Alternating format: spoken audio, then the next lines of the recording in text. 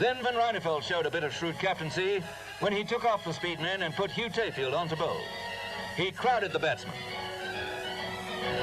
Tayfield to Bailey, and he's caught by Endy. Next morning, Doug Insole and Peter Richardson opened with caution. But as the shine wore off the ball, the runs came more freely. The Springboks lead dwindled. The 50 was passed. Richardson was batting beautifully and scored a rapid 39 before being bowled by Tayfield. But he had done his job, and by lunchtime, with 8 wickets in hand, England needed 126. Richardson goes for 39, bowled Tayfield. Insole and Cowdrey come together, 100 to win, 8 wickets in hand.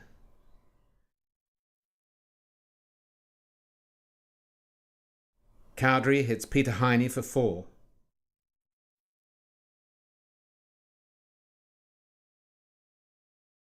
Insole has handled the South African attack well, but eventually goes, caught Tayfield, bowled Goddard for 68. May joins Cowdrey.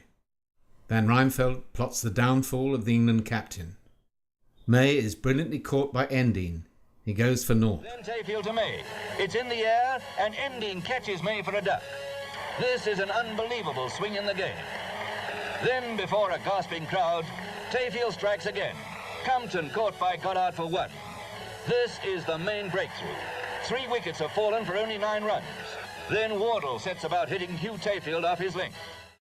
The left-handed Wardle is sent in early. He tries to attack Tayfield, who is in the middle of a 37-over spell. But Hughie wins this duel too, and Wardle is caught behind the wicket for a swashbuckling 21. Well, I caught Wardle behind the wicket of Tayfield, and he was very unhappy about the decision. He went on a big drive, and he hit a lot of ground as well.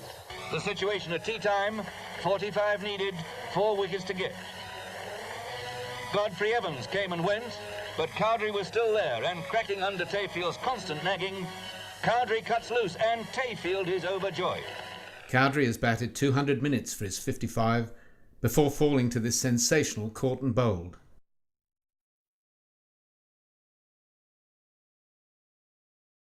Best fielding side I've seen, and this was just pre-Colin Bland even, you see, but they were terrific. 200 for 8, 32 to win, Laker and Loader together, Goddard still favouring the leg side. There is plenty of time, but the tail-enders can't resist swinging at Tayfield, and Laker is caught by Duckworth for 5.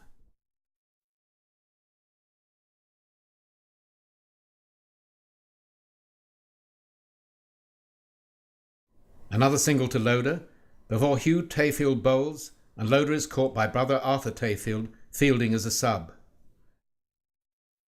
A famous victory for South Africa. The English tailenders, they hit out, and I thought we were going to be undone at the end, but in fact Tayfield got the final 2 wickets, and we won by 17 runs, which is a small margin. Absolutely, absolutely. Van Ryneveld and Tayfield are chaired from the field. Tayfield's figures are still the best by a South African bowler in Test cricket. The first time England has ever lost in South Africa on a grass wicket.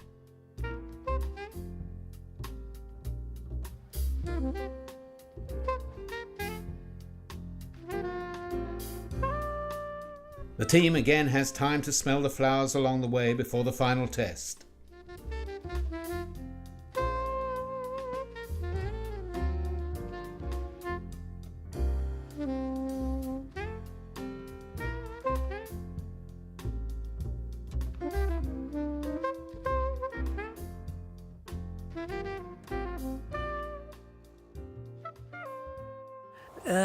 Teams weren't anything like as disciplined as they are now. After play, they'd go to a party. There must have been a rein kept by the likes of Freddie Brown and Peter May. You know, you all had to be there at whatever time it was on the ground. Yeah, Peter May. How tight a rein? Peter May did all that. Yes, Fred didn't, in case he wasn't there himself. Fred was probably meeting the Dewars representative with a case of, which always went into the manager's office in the bedroom. The match starts at St George's Park on St David's Day, with England leading the series 2-1. England make 2 changes. Tyson comes in for Statham, who has a bad back, and Locke for Wardle. Wardle, I seem to remember, had done something extraordinary, like done something to his knee playing snooker or something, walking round the table. It's Goddard and Pithie to open for South Africa when Clive and Reinfeldt had won the all-important toss. But Ironman Goddard was LBW to Bailey for 2, a dramatic opening. However, Tony Pithie stuck to his guns and withstood the treachery of the Port Elizabeth wicket for some time. The wicket in the last Test match at Port Elizabeth was the lowest and the slowest thing I've ever seen, I think. It really wasn't a Test wicket. I think the ground on which we played was used for both rugby and cricket, and earlier in the season either the groundsman or his chairman had decided that the main pitch should be replaced, and they took up a practice wicket sod by sod and put it in the middle, and the wicket frankly wasn't ready by the 5th Test. When we looked at it on the evening before the Test, there were wide cracks. In fact, the wicket looked like a lot of small islands with cracks around them. When the ball hit those cracks, it did unpredictable things, mainly shoot along the ground, but also deviate. So it was very difficult to bat. The next to go was Waite, caught by Evans off Loader. And with Funston failing, the Springboks lost 3 wickets for 21. A dismal start. Though not scoring fast, Pithie stayed until lunchtime, wearing down the England attack. And Russell Ending stayed too, surviving a streaky shot or 2 through the slips. Soon after lunch, Pithie was out to a brilliant catch by Godfrey Evans off Bailey's bowling. By the end of the day, South Africa had 138, 68 standing to Ending's credit. But next morning, he was LBW to Tyson for 70. That 70 prevented South They batted first when the ball didn't rise at any time more than a foot. And in the end, it was down to just 2 inches. It was hopeless for people like me who were back players, you see. Adcock to Richardson, and he's plumb out LBW for a duck. England 1 for 1. You know, I got 0 and 3, I think. Just had the wrong technique to play on that wicket. Perfect for Trevor. The old forward defensive plod, you see. He was there for hours. Again. They hated him. They did. And he loved it. Heine to Bailey. Heine to May. Bailey drives Neil Adcock. May keeps out another grubber from Heine. A single to May. May facing Tayfield.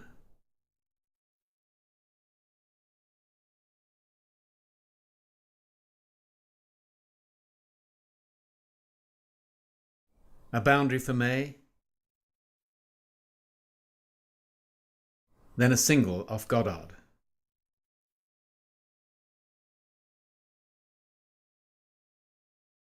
The Bailey prod defies Tayfield.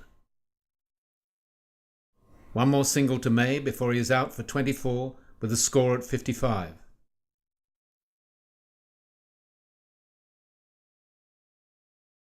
Next to go is Insole, LBW Heine for 4. After batting for 143 minutes, Bailey is bowled Heine for 41.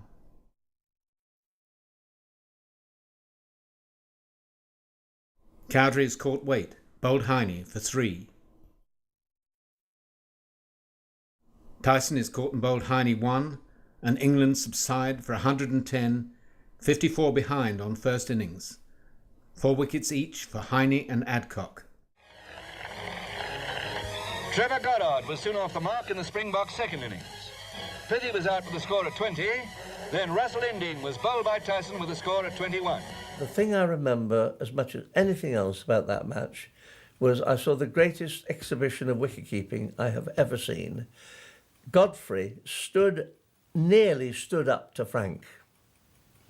Now, Frank may not have been as quick as he was in 54-5 in Australia, but he was still quick by anybody's standards. And, well, Godfrey said otherwise. By the time it got to him, it was along the floor, you see.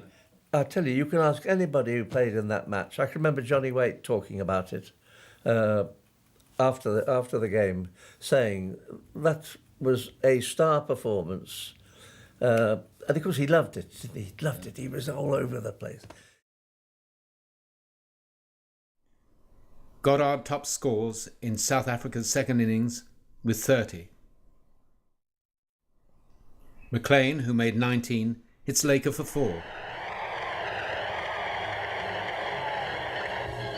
Van Ryneveld made 13 on a wicket which became more treacherous as the game went on.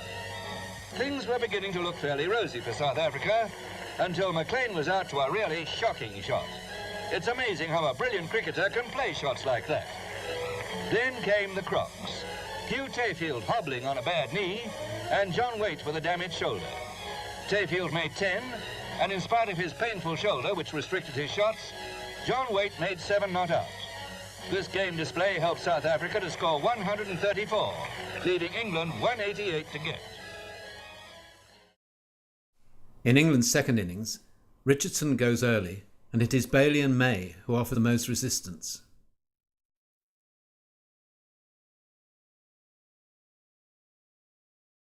May takes 14 off one Tayfield over,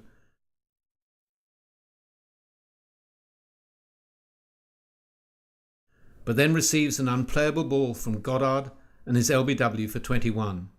England 41 for 2, still needing another 148 to win. Tayfield to Cowdrey.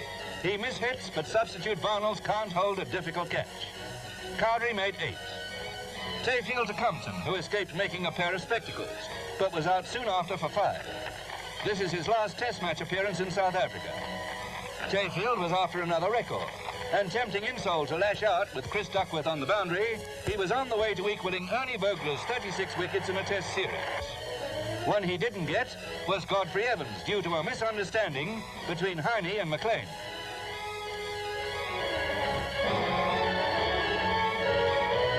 The game moved to its climax as England's tailenders really wagged the dog and looked like hitting themselves out of trouble. Tyson made top score 23 before Tayfield held him off Goddard's bowling. And so to Tayfield's record-breaking match-winning ball. He bowls to Loader, it's high in the air, and a remarkable Roy McLean catch gives South Africa their first ever Test victory in Port Elizabeth and squares the rubber with England. England are all out for 120, losing by 58 runs. Tayfield's haul in the series is 37 wickets, a South African record which still stands. The tour ended on 12th of March, 6 months after the players had boarded the Edinburgh Castle at Southampton.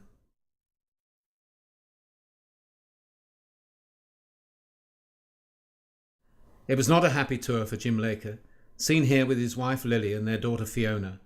He would recall the cricket as overly negative, but for Peter Richardson... It was the best tour I ever went on. Wonderful tour, wonderful country. Apart from the team, lovely people. Not so keen on some of their team, but there we are. But, those of us without wives and girlfriends came back by sea. Right. The others flew back. There were only about 4 of us on the ship. Freddie, the manager, starting to detox on the way back. As the returning England players fly over the Alps, there is time to reflect on the future of 4 of the leading cricketers in the series. Nicknamed Toey Tayfield, because before every delivery he stubs his toes into the ground, this series proves to be the peak of his Test career, in which he takes 170 wickets at 25.91. Toey always bowled a very unusual line. He was probably the straightest off spinner I've ever seen. He genuinely bowled middle wicket to middle wicket. He got so close to the umpire when he was bowling and actually bowled in front of the umpire. This is why he had to have such a tremendous pivot to get him out of line. Otherwise, he would never have got an LBW decision in his career. Well, I think that the spinners today don't practice enough. and they've got no idea of the amount of practice you have to be a good spinner. How many hours did you use to practice a week when you were at your prime? Well, for 10 months of the year, I practiced 7 days a week. Tayfield's life after cricket is lived largely in the shadows. He marries and divorces 5 times. He has difficulties in business and is ill for several years before dying in a Durban hospital in 1994, aged 65.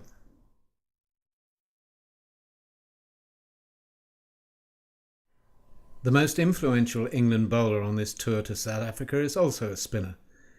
In 4 matches in the Test series, former apprentice fitter at Hickleton Main Colliery Johnny Wardle takes 26 wickets at 13.8 and on the tour 90 wickets at 12.26. Like Tayfield, this series proves to be the high point of Wardle's career. In 1958 he is sacked by his county after having several major bust-ups with a 39-year-old amateur club player Ronnie Burnett, who has been appointed as captain of Yorkshire. Following articles written in the Daily Mail, Wardle's selection for the 1958-9 MCC Tour to Australia is withdrawn, much to the disappointment of Peter May. After cricket, Wardle runs a successful family business, as well as working as the Doncaster Town Cricket Club groundsman. He dies of a brain tumour, aged 62. Adcock to Compton, and he's bowled for a duck. The Port Elizabeth Test turns out to be Dennis Compton's last game for England. For over 20 years, his flamboyant batting has kept the turnstiles ticking round the world.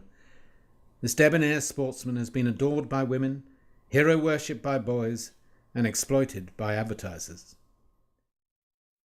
Played with such great charm, you know, and he played not as though he was a professional, but as though he was an amateur enjoying himself. If I had to see one batsman again in my life play an innings at the top of his form, I think it would be Dennis. Compton plays on for Middlesex for one more season. He then has a spell in the commentary box for BBC Television, works as a journalist and as an advertising executive. He spends some time living in South Africa, a country for which he becomes a great supporter during its wilderness years. You've always been a great friend of South Africa's. Yes, I have.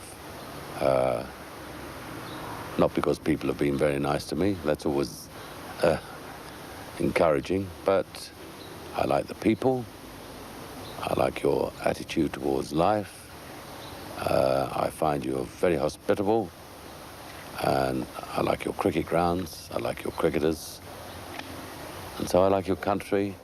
Dennis Compton dies, aged 78, on the 23rd of April 1997, St George's Day, and also the first day of the cricket season.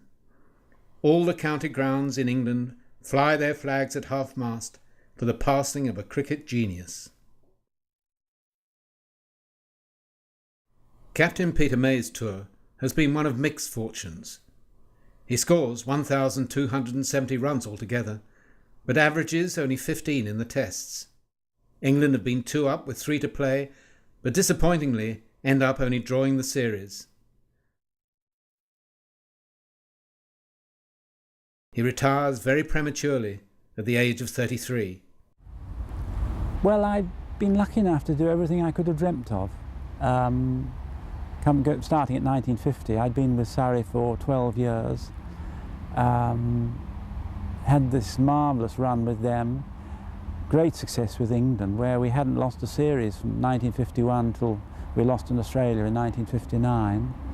And I'd really done everything I could have dreamt of, and cricket was never my living, and I could see that I'd had this job at Lloyd's with the firm of Lloyd's Brokers while I was playing, and there's really no substitute for getting down to do a job of work.